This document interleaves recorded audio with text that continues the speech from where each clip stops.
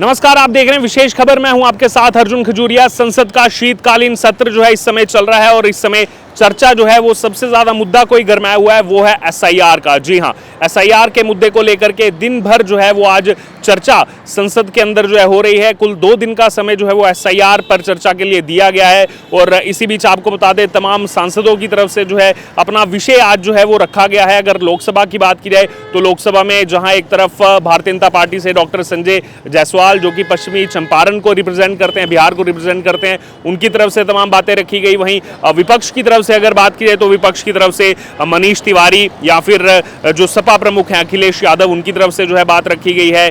All India Trinamool Congress को represent करने वाले श्रीरामपुर से आने वाले कल्याण बनर्जी, उनकी तरफ से अपनी बातें जो है रखी गई हैं। और वहीं पक्ष की तरफ से अगर बात की जाए तो श्रीनाथ एकनाथ शिंदे जो कि एकनाथ शिंदे के बेटे हैं, उनकी तरफ से बात रखी गई है। लेकिन अहम बात यह है कि संसद के अंदर जो चर्चा चल रही है, संसद के बाहर इस समय हमारी मौजूदगी है, तो चर्चा जो वोट चोरी पर हो रही है। दूसरी तरफ सवाल यह भी है कि जो वोट चोरी के आरोप लगातार लगाए जा रहे हैं, जो चर्चा अंदर की जा रही है कि वोट चोरी हुई है, लेकिन 14 नवंबर को चुनाव के नतीजे आ चुके हैं। 45 दिन का समय है। अब तक इनमें से जितने भी नेता आरोप लगा रहे हैं वोट चोरी के, अब तक इनमें से एक भी नेता जो है उसने कोर्ट का रुख अपनाया नहीं है, जो कि इनको कहीं ना कहीं एक जो है अगर ये जाएंगे कोर्ट में और अपने आरोप को सिद्ध करेंगे तो बिल्कुल ये कटघरे में खड़ा कर सकते हैं इस समय की मौजूदा सरकार को।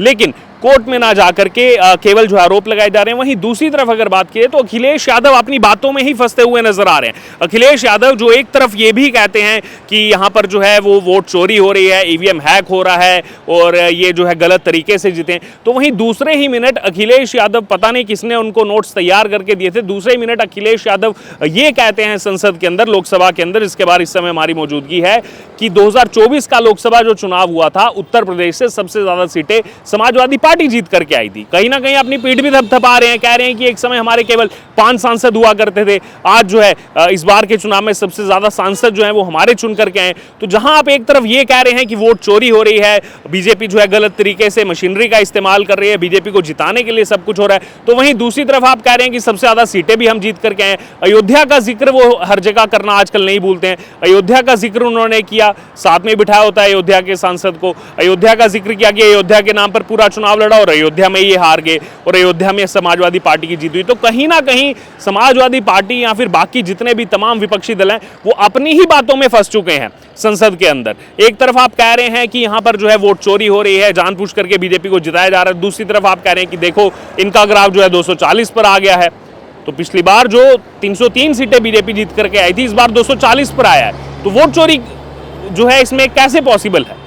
अगर वोट चोरी हुई होती, ये कोई भी जो है वो छोटा सा बच्चा भी बता देगा, अगर वोट चोरी हुई होगी तो 303 से सीटों का आंकड़ा बढ़ेगा, 303 से 240 पर नहीं जाएगा। लेकिन कहीं ना कहीं देश की जनता को गुमराह करने के लिए पहले ईवीएम हैक का जो है वो पूरा यहाँ पर रोना रोया गया इन तमाम विपक्षी दलों की तरफ से, ईवीएम पर जो है तमाम आरोप मढ़े गए। लेकिन जब उसको जो है यहाँ पर ये साबित नहीं कर पाए, जब चुनाव आयोग ने भी बुलाया कि आइए आकर के हैक करके बताइए, उस समय भी ये जो है जाकर के कोई भी प्रमाण नहीं दे पाए। जब चुनाव आयोग ने बुलाया था, आमंत्रित किया था, तब इनमें से एक भी नेता जो आज ईवीएम हैक पर इतने आरोप लगाता रहा, एक भी नेता वहां नहीं गया ये जो है आरोप सिद्ध करने के लिए। और अब वही चीज हो रही है, वोट चोरी पर ये जो है लगातार आरोप लगा रहे हैं। लेकिन जो एक इनके पास एक मौका है कि चुनावी नतीजे आने के 45 दिन के अंदर ही आप जो है कोर्ट का रुख अपना सकते हैं, लेकिन अभी तक इनमें से एक भी नेता जो है वो कोर्ट का रुख उन्होंने नहीं अपनाया है। लेकिन यहां पर आकर के अपनी पीठ भी थपथपानी है, फिर जो है दूसरी तरफ आरोप भी लगाने। और साथ ही साथ ये कहा जा रहा है मनीष तिवारी की तरफ से, ये कहा जा रहा है अखिलेश यादव की तरफ से कि बैलेट पेपर से जो है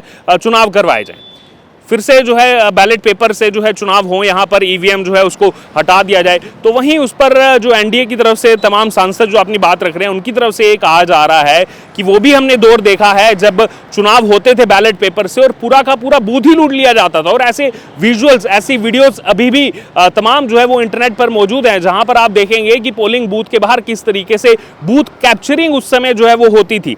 जी हाँ, आपको बता दूं, आप अगर जाकर के ढूंढेंगे वीडियोस तो आपको कई सारी वीडियोस ऐसी मिल जाएंगी। जब बैलेट पेपर से चुनाव होता था तो वहां पर पूरा का पूरा बूथ ही जो है वो बूथ कैप्चरिंग करके केवल एक जो है वहां पर नेता के जो है फेवर में पूरा का पूरा वोट जो है वो कर दिया जाता था।